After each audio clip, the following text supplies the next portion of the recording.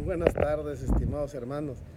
Hoy vamos a hablar sobre Jesús, la ofrenda perfecta. Y Juan el Bautista, que fue un gran profeta, que fue el más grande de los profetas, nos dice muy claramente en el Evangelio: ahí está el Cordero de Dios que quita el pecado del mundo. O sea, presenta a Jesús como el Cordero.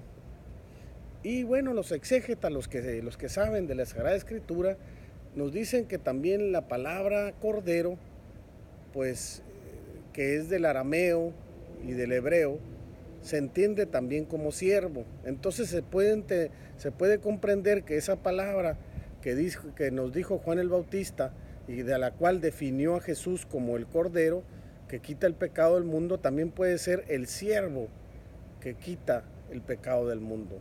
A semejanza del siervo de Yahvé, ¿verdad? Que nos habla el libro de Isaías, que nos habla precisamente del siervo de Yahvé. Entonces podemos nosotros leer esta parte del siervo de Yahvé, donde nos dice lo siguiente: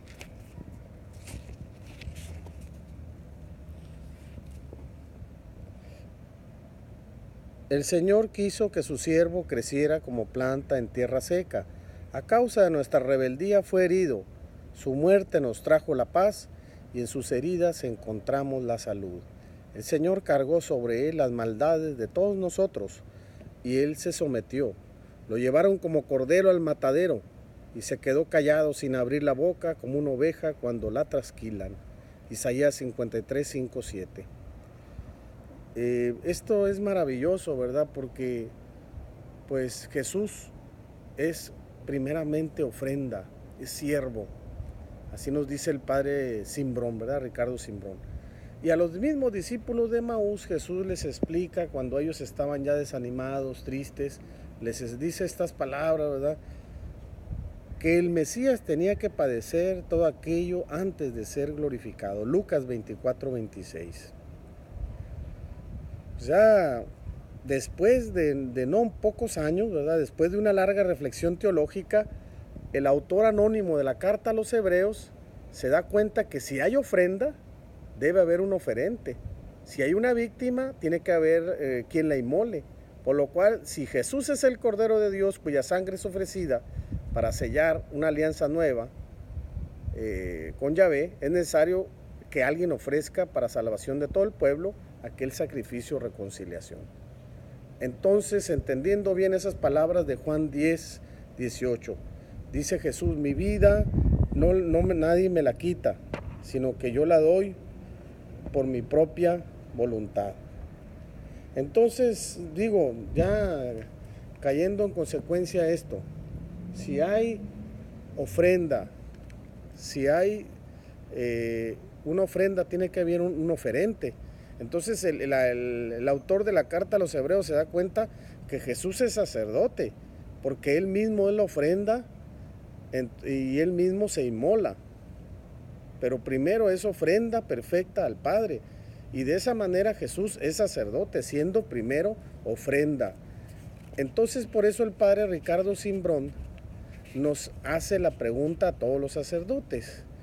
Otra vez, igual que en el tema pasado. Nuestro sacerdocio es el mismo sacerdocio de Jesús.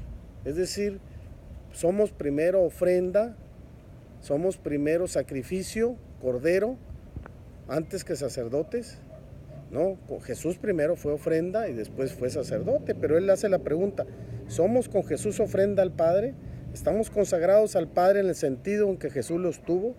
Tal vez como el sacerdote de la alianza obsoleta entramos en el santuario para ofrecer sangre ajena, la sangre preciosa de Jesús, pero no estamos incorporados a Él, no estamos unidos a su ofrecimiento.